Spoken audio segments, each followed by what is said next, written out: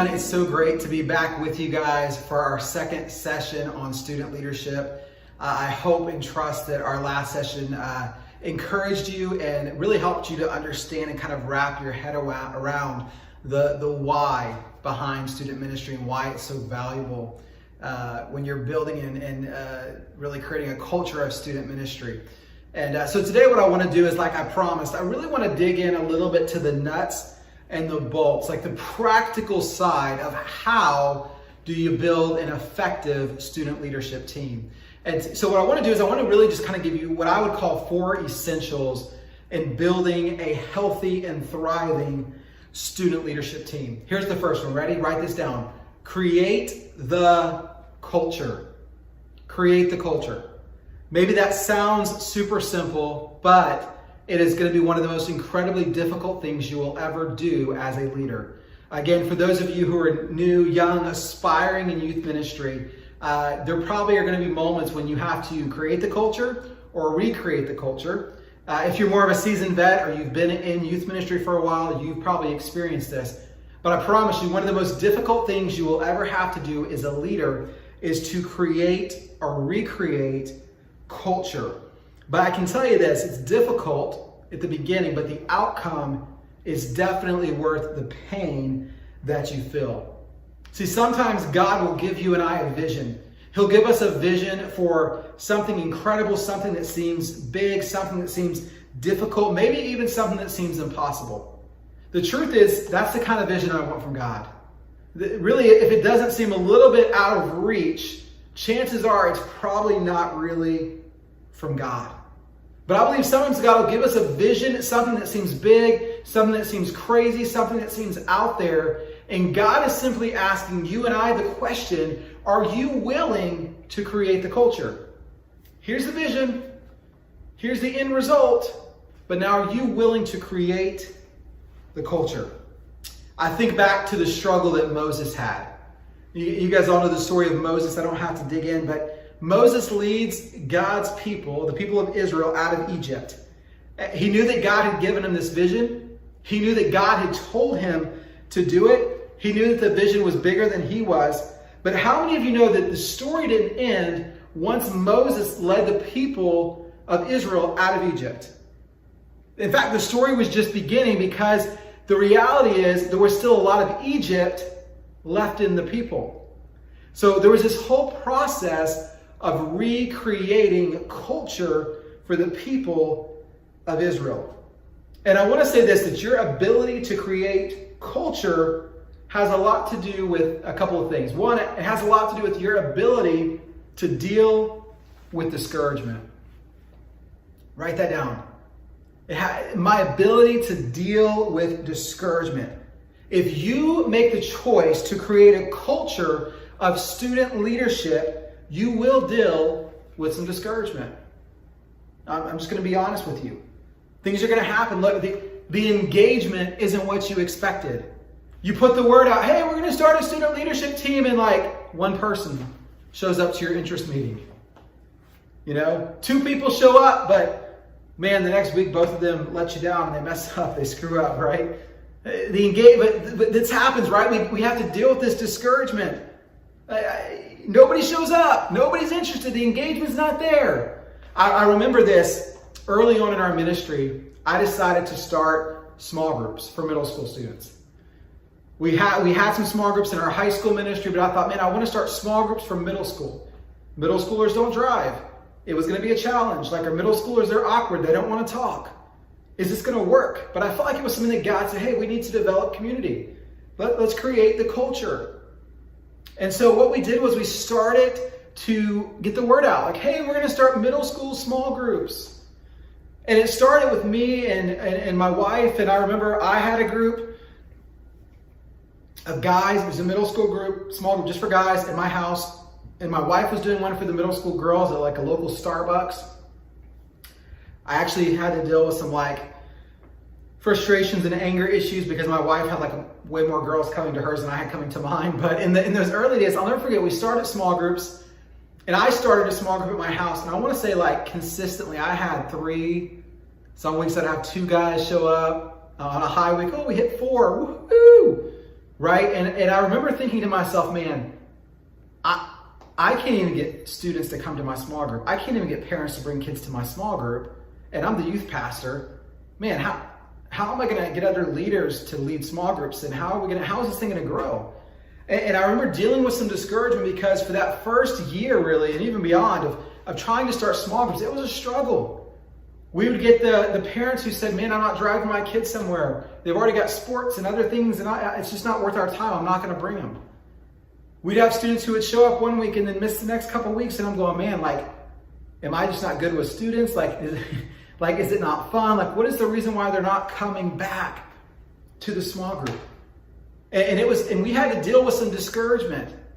We had to, but listen, anytime you start to build something new, you will have an engagement issue to overcome. Let that sink in.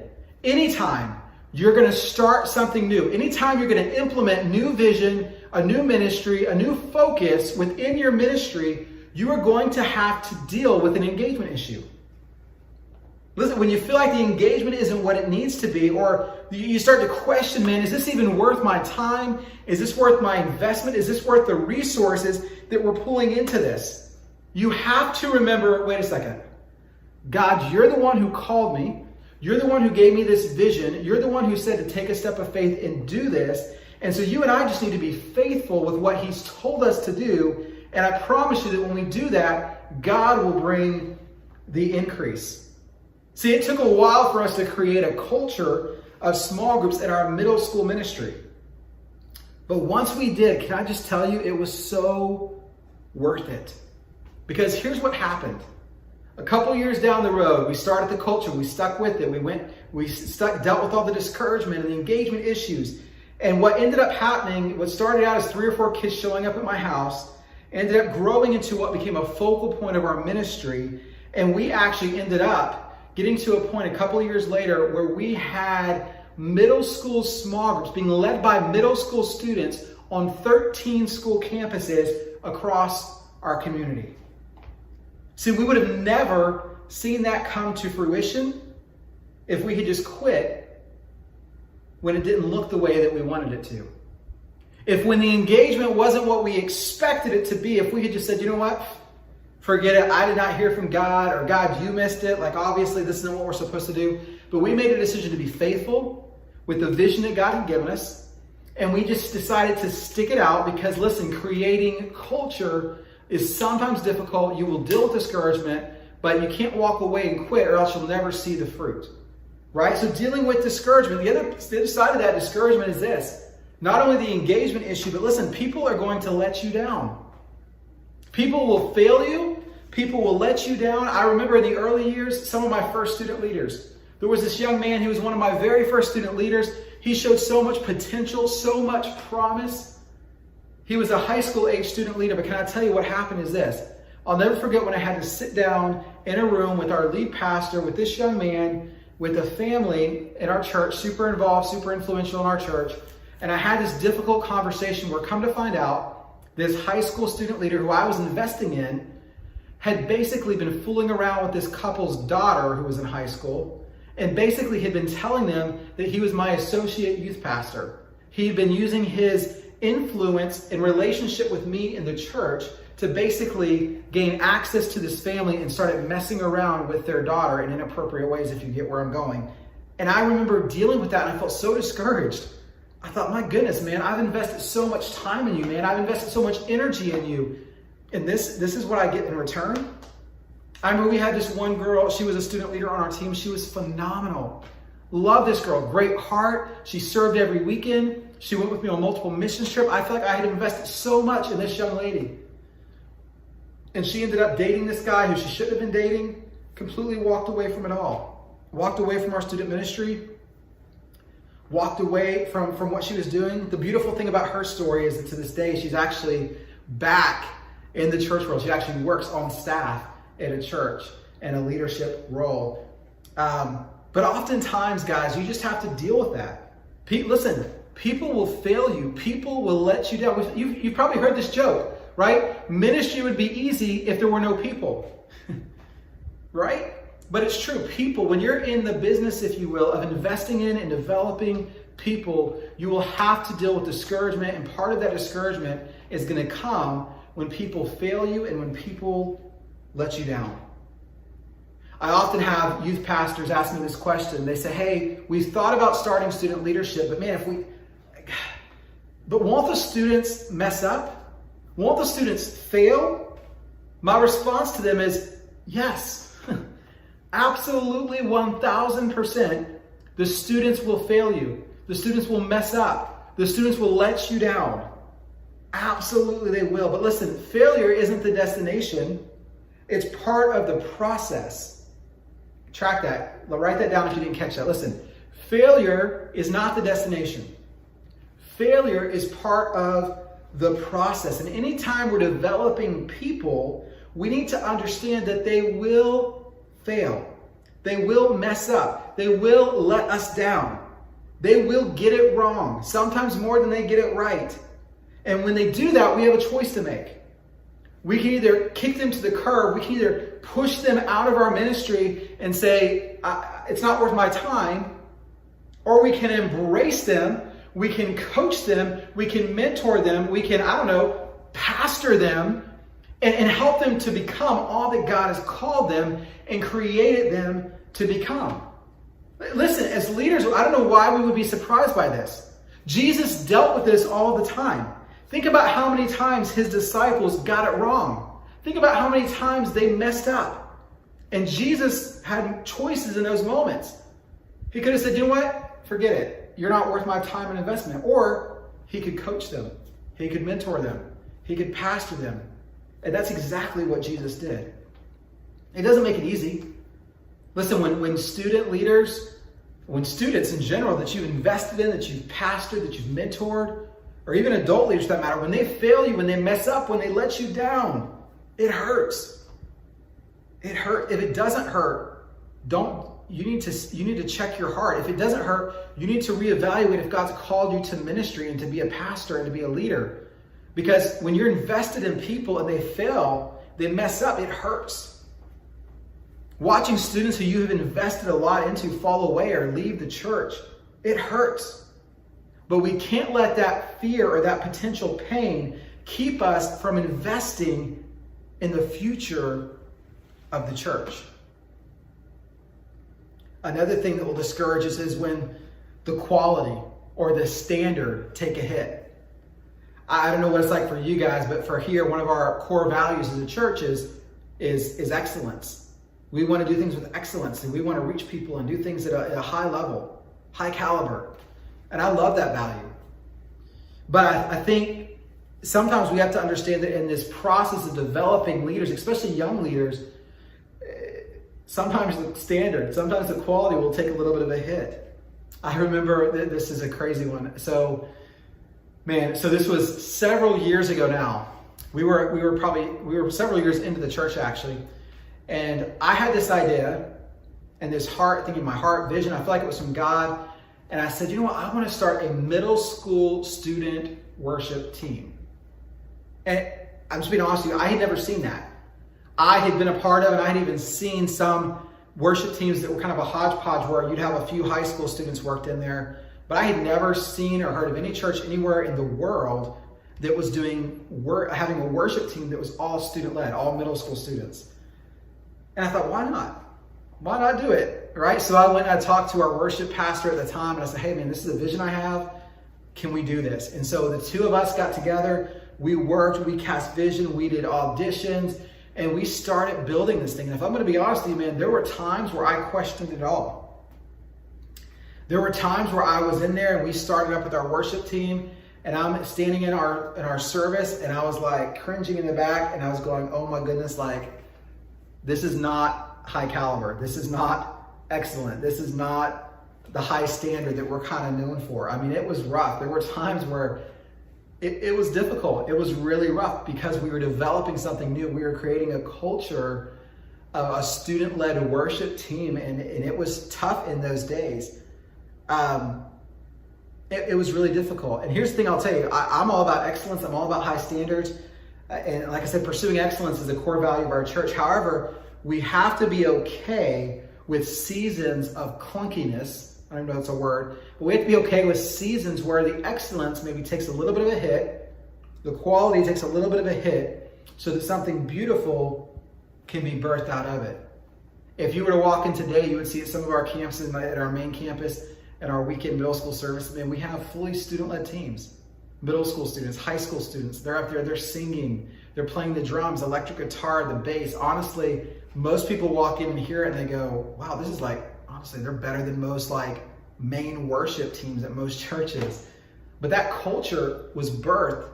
That was birthed because we made a decision that we were going to invest in that. We were going to create that culture. And there was a season where absolutely the quality took a hit, but we have to be okay with that so we can help develop and create something that's beautiful. Listen, how you deal with discouragement will not only affect your ability to create culture, but really your longevity and your success in ministry and leadership. And if you give up on the vision because people aren't engaging like you want them to, because someone lets you down, because the quality takes a hit, you'll never see that vision fulfilled. You'll never see everything that God wants to do in and through you if you just quit when those kind of things happen. The second thing here that I want to talk about is this, the essential for really practical for how you build a student ministry team is that you need to condition for the marathon. You need to condition for the marathon. Look, if you're going to create culture, you have to think about what you're building as a marathon and not as a sprint.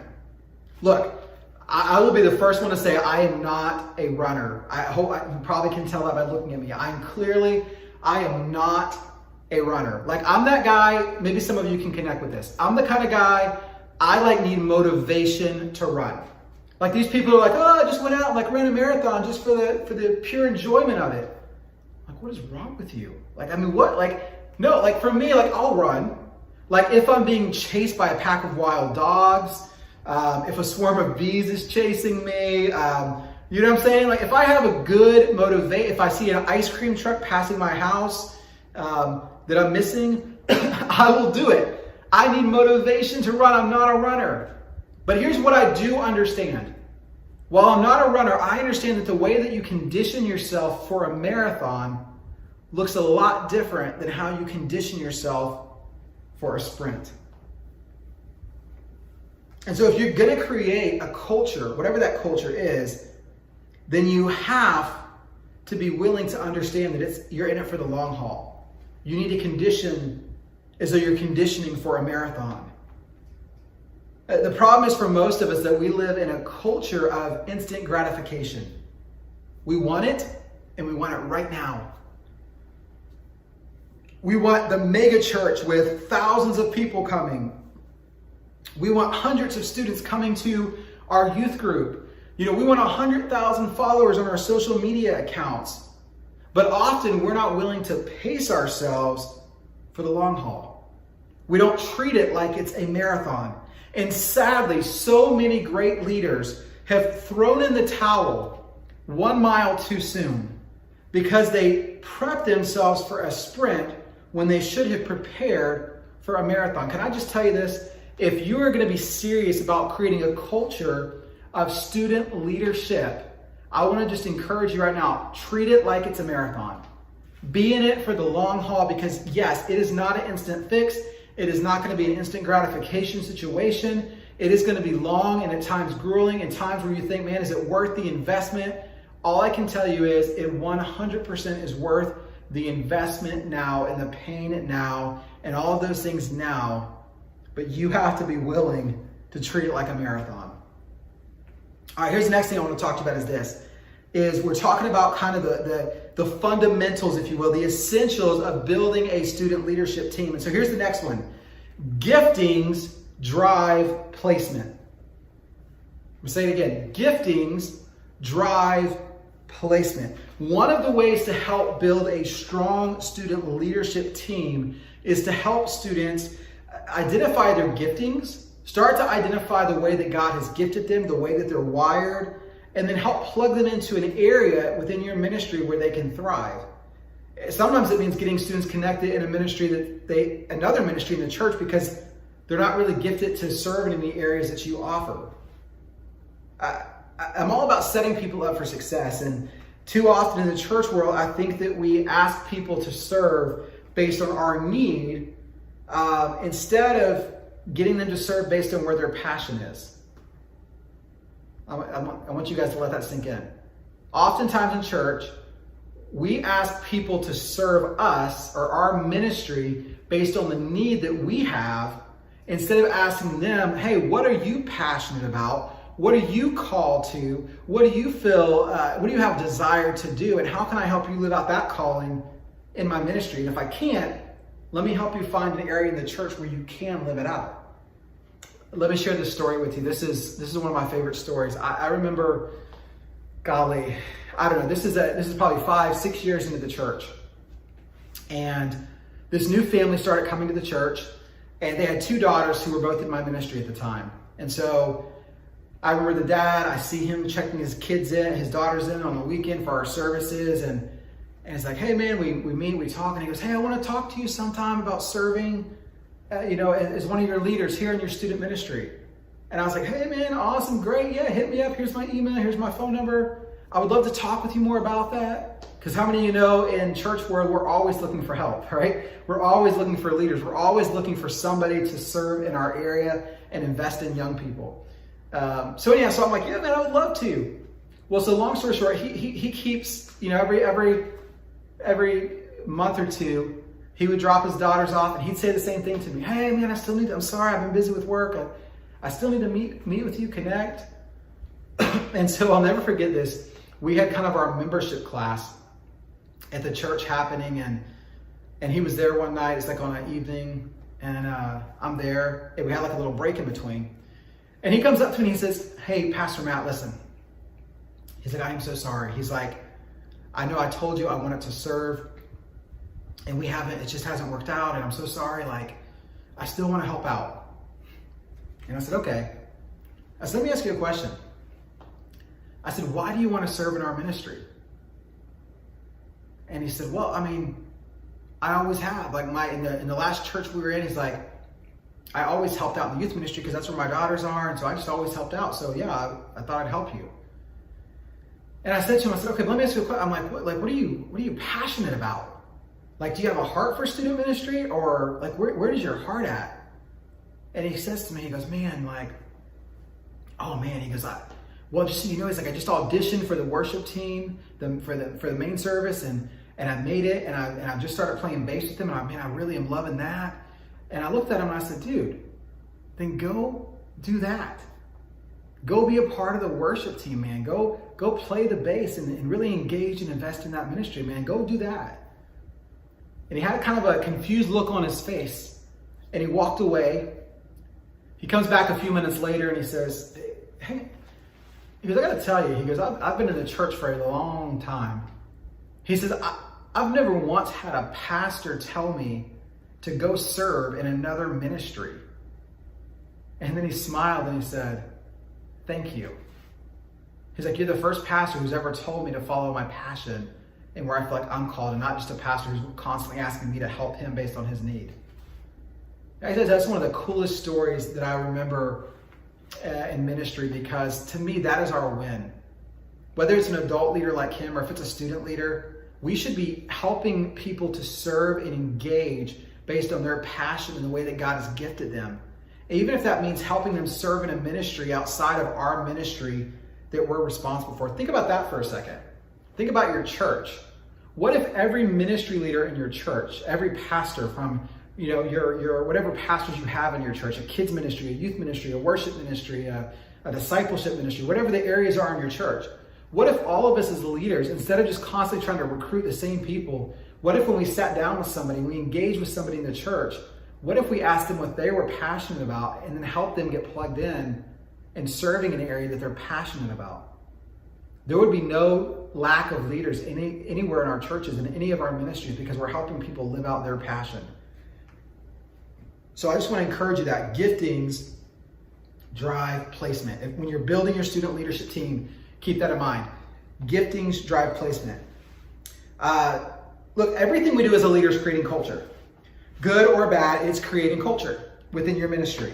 So I would rather have a ministry that is built on passionate leaders instead of one built on obligated volunteers. You catch that? It's more important to have leaders who are passionate. Basically building your ministry on passionate leaders instead of building it on obligated volunteers. So with students, they may not be super clear. Now, right? When you're talking about student leadership, they may not be like, well, yeah, my passion is this, and I feel like God's calling me to this. And that's where it's our job as a leader and as a pastor to come in and come alongside of them and help them to start to figure those things out. Here's what I see in you. Here's the potential I see in you. And if you and I will start to call those things out and to really help them to live out their purpose in our ministries, guys, it is a game changer. And then giving them the opportunity to serve in those areas. So what if we did that? What if we just did that, guys? What if we truly were more interested in helping students get connected where they're called and where they're gifted instead of just trying to fill up our numbers and our leaders? And what if we helped find opportunities for them to serve within our church? Listen, it would be an absolute game changer in each of our churches. All right, so the third essential of building a healthy and thriving student leadership team is intentional empowerment. Intentional empowerment. Now, I know at the end of our last session, we talked a little bit about this. I kind of graphed it out for you, charted what empowerment really looks like within our ministries. But if you really want to build a strong leadership team, you have to be willing to give ministry away. And this can be hard for us to do because it requires us to be very secure in our leadership and in who God has called us to be. I'll never forget this again, this is several years ago now, but I'll never forget, we were actually at a conference and I remember hearing this leader make this comment. He said, he basically, the whole premise was replace yourself. Like give away ministry, give opportunity, replace yourself. And if I'm being honest with you, I heard this guy say this and I thought to myself, that might be like the stupidest thing that I've ever heard in my entire life. Like if I replace myself, if I give away my job to other people, what am I going to do? It's like, that's not great job security. But can I tell you, in the kingdom, it's incredible job security.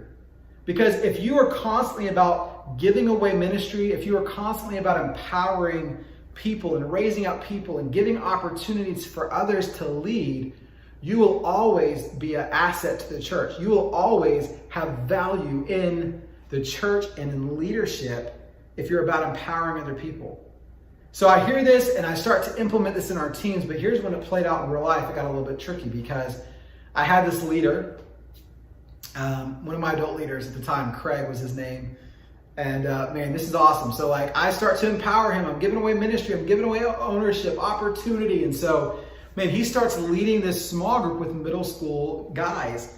And they would go out and they had tons of students showing up and it was awesome and it was successful. And I'll never forget, one night he says, hey, Matt, why don't you come hang out with us? I'm like, cool, man, I'd love to come hang out with you guys. So I show up and they're all meeting at this location. And I'm in the parking lot next to this guy. This is my small group leader, one of my key leaders. And we're all standing there and all these students start coming, their parents are dropping them off. And these guys are walking right past me and they go up to this guy and they're high-fiving him. Hey, Pastor Craig, what's up, man? Hey, Pastor Craig, awesome, good to see you. And if I could be honest with you, I had this moment. It's okay, sometimes as leaders we have moments. And I had this moment where I internally I was struggling, guys. Because inside I was going, wait a second, hold up. Like he's not your pastor. Like he's a volunteer. Like I'm your pastor. I'm Pastor Matt. He's just a volunteer. And it took me a minute. It was a heart check moment for me. But can I tell you something? Once I got past my own insecurity, something beautiful happened because I saw this moment for what it really was. I had empowered this guy to lead young people. These young people, because of that, had started to see him as their pastor, who in turn was pastoring these students without having the title of pastor, but he was pastoring these students. And I started to realize, wait a second, there's something to this. If I will just be very intentional about empowering others to lead, my sphere of influence, my reach, my impact becomes a lot greater because I can effectively pastor and reach more students that I can never pastor and reach by myself. Right? We have to be about empowering other people and intentionally giving away ministry. If we want to build students and student leadership culture, then we have to invest and give ownership away. But we have to be okay with understanding that that students in our ministry, people are going to start to identify that person as their leader, and that's okay. We also have to understand that if we're going to do that, we're going to have moments when we could do it better, but we're going to have to let somebody else fail. I remember one of our early student leaders, we got to the point where I wanted to, when we had a service, I wanted to focus on the students who were there. I didn't want to keep running around worried about the service flow and the lights and the sound and the this is that on and that is this on and the details of the service. So I identified a couple of our students and I had them become like service coordinators. They basically ran the service, all the details of the service, made sure everything was happening that was supposed to be happening so I could be there focusing on the students and preaching and sharing the message and all those things. And it was a struggle because this young lady that I had raised up to do this, can I tell you, there were seasons where she didn't get it, where she messed up, where she failed. And I had to have some hard conversations and I had to coach her in this. And I said, hey, we missed that cue and this wasn't good and that wasn't excellent and that was awkward. But can I tell you that by taking the time to invest and letting some things fail and taking those failures as an opportunity to coach and mentor her, she became an incredible leader and ultimately is on staff with our church to this day. All because the intentional empowerment that happened. So that's the third thing. Here's the fourth one. The fourth essential to building a healthy and a thriving student leadership team and culture is this. It's basically understanding span of care. Span of care. So if you're going to build a healthy student ministry team, you have to understand that your student leaders are there to help you take care of the students as a whole and the students coming to your youth ministry. But we've got to make sure that we're taking care of those student leaders. And as you grow your student ministry, your leadership team will grow and it will reach a point where span of care becomes an issue. When I started our student and adult leadership teams, I could manage it all. I could invest in those student leaders. I could invest in all of my adult leaders and all the students who are coming to the youth group. I could manage it. But what happened is before I knew it, we had about 120 students coming regularly. I had about 12 adult leaders coming. I had about 25 student leaders coming, and it started to hit me. I started to realize, hang on a second, I can't effectively pastor and relationally invest and connect with this many people, right? There was a span of care was starting to become an issue. So what I did was I sat down with my team, we brainstormed, we thought through some stuff, and we implemented a structure, really a coaching structure that allowed us to really take care of people and continue to grow our ministry and our leadership team. And so from our existing student leaders, what I did at the beginning was I handpicked some of them. So we had our 25 student leaders, and I went and I handpicked a few of them that I saw that were a little bit more mature, that were a little bit, they're spiritually, they seem more mature, relationally. I saw some stronger leadership potential in them. And so I called those guys my student leader coaches. And I actually did the same thing with our adult leadership team because they had all these adult leaders. And so same thing, from the adult leaders, I picked a few people and I pulled them in. And so I now, instead of investing in 25 student leaders and a dozen adult leaders, I started investing in 2 or 3 adult leaders consistently and 4 or 5 student leaders consistently. And then I let them take care of the rest of our leaders. And the goal of this was to take care of people. The goal of this was relational investment. And so basically, let me kind of show you what this could look like. So it got to a point where I realized, man, I cannot take care of this many people. And you'll all hit this. If you're going to build and advance God's kingdom and grow your ministry and do student leadership, here's what's going to happen. Because you're going to have all of these people. Let's just call all of these people over here, right? You've got students who are coming to your ministry that you're pastoring, that you're taking care of. So you have all these students over here. But then you start to develop and intentionally empower until you have your leaders now, right? So you have all these leaders now, and at some point, you will hit a span of care issue where you can't effectively pastor and take care of all these students and take care of and pastor all the student leaders as well as adult leaders that you have in your ministry. So how do you take care of those people? Here was the goal with that. So here's what we did to try to help us to offset this. It could look a little bit something like this. So here you are as the leader of your ministry up here. And then underneath of you, let's just say that you have 5 student leader coaches. So these are my 5 student leader coaches. I am investing in each one of them. I'm spending time with each one of these student leader coaches on a consistent basis. I'm texting them. I'm calling them. I'm grabbing a coffee with them or hanging out with them, having them over to my house as a group. Like I'm just investing in them. I'm discipling them and investing in them relationally. Here in terms of what's going to happen.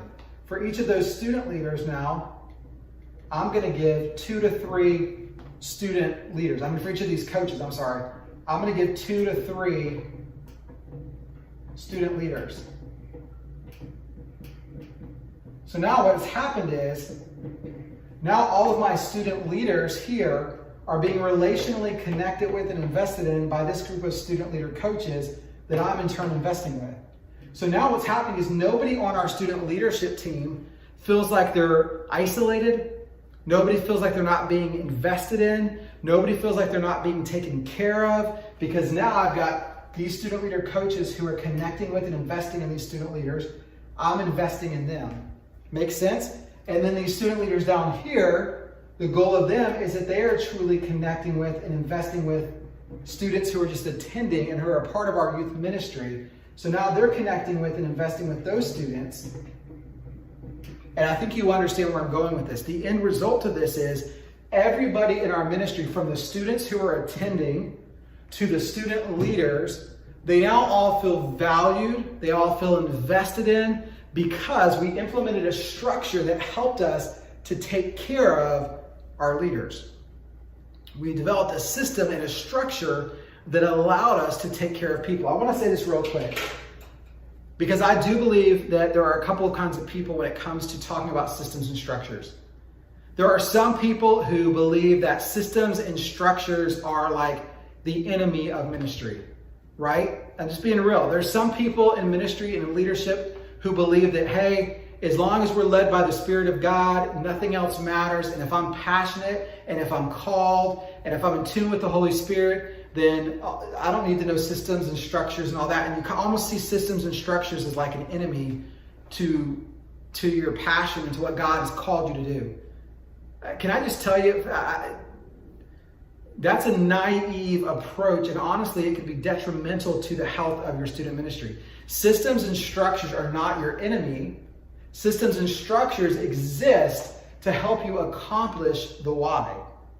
They exist to help you accomplish and effectively fulfill what God has called you to. On the flip of that, there are some of you who, man, you are a systems person. You are all about the systems and the structures. And man, for some of you, this is like gold. You're like, oh my goodness, that's a game changer. If I could just have a good system to implement at my church, in my ministry, man, we could change the world. And that's awesome. I'm a systems guy, I get it. However, if you start to elevate the systems and the structures, in other words, if you start to elevate the how over the why, then these become the win. All of a sudden, the system or the structure becomes the win. The system and the structure are not the win. The system and the structure exist to help you accomplish the why. Hopefully that made sense. I know I went off on a little bit of a tangent on you, but I want you guys to understand that they both are equally important.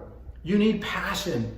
You need to be led by the Holy Spirit. But guys, systems and structures are a great thing to implement to help you to effectively take care of the people that God has entrusted you to take care of. So hopefully that makes sense. Span of care. Span of care is going to become an issue for you if you want to effectively have a healthy and a thriving student leadership team. You've got to make sure that you're addressing span of care. Listen, the bigger that you grow your ministry, you're going to have to figure out better ways and more effective ways to take care of the students. To me, that answer is student leaders and adult leaders. But then you have to figure out ways to take care of your student leaders and your adult leaders as well. I'm not here to sell you on this system or say that this is what the best fit is for your church. I'm simply saying sit down with your team. Again, maybe you don't have a team yet. Maybe you're new. Maybe you're starting out. This would be a great thing for you to do when you do get your first gig, if you will, in youth ministry, is to sit down and think about, okay, how are we going to take care of the people that God has entrusted us with? When I think back to the beginning, of some of the things in ministry that I would have done sooner.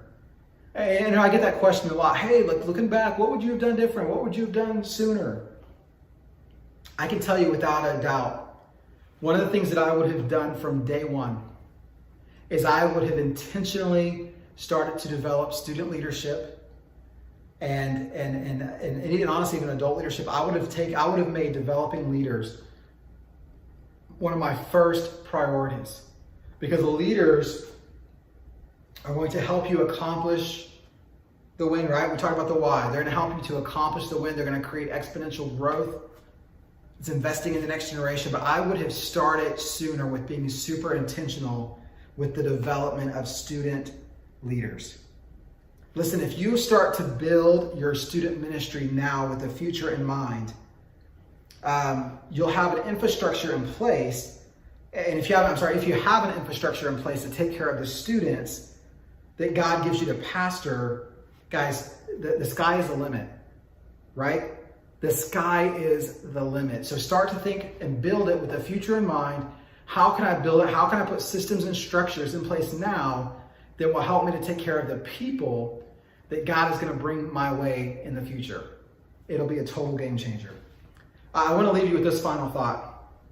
I, by the way, enjoyed my time with you. Hopefully this has been valuable to you, understanding a little bit of the why behind student leadership, and obviously today understanding hopefully a little bit of the how, some of the practical nuts and bolts for how you build student ministry. But I want to leave you with this thought. Jesus picked 12 young men. Most Bible scholars, theologians believe that most of the disciples were young men and even teenagers. Jesus had one who betrayed him. He had one who denied him. And so I want to remind you and encourage you with this, that building young leaders comes with some pain. But ultimately, 11 of the 12 young men that Jesus invested in went on to change the world and to shape the early church. So I'd encourage you, don't ever write a student off because they're too young to lead. Don't ever discredit students and think, man, it's not worth the heartache. It is not worth the pain. Listen, is it an investment? Absolutely. Will it require time and resources and energy? Yes. Will you have some pain and some heartache and having to deal with some failures? Absolutely. But here's what I can tell you about student leadership. If you'll make the choice and the commitment to create a culture of student leadership now, the end result will be exponential growth to your ministry, and you will raise up the next generation of church leaders that will impact this world and your community long after you're gone. Thank you guys. I had such an honor being with you guys. I pray that God blesses you and encourages you as you either step into this calling of youth ministry or you continue to pursue it. I pray that God will bless you and everything that you put your hands to would prosper. Take care.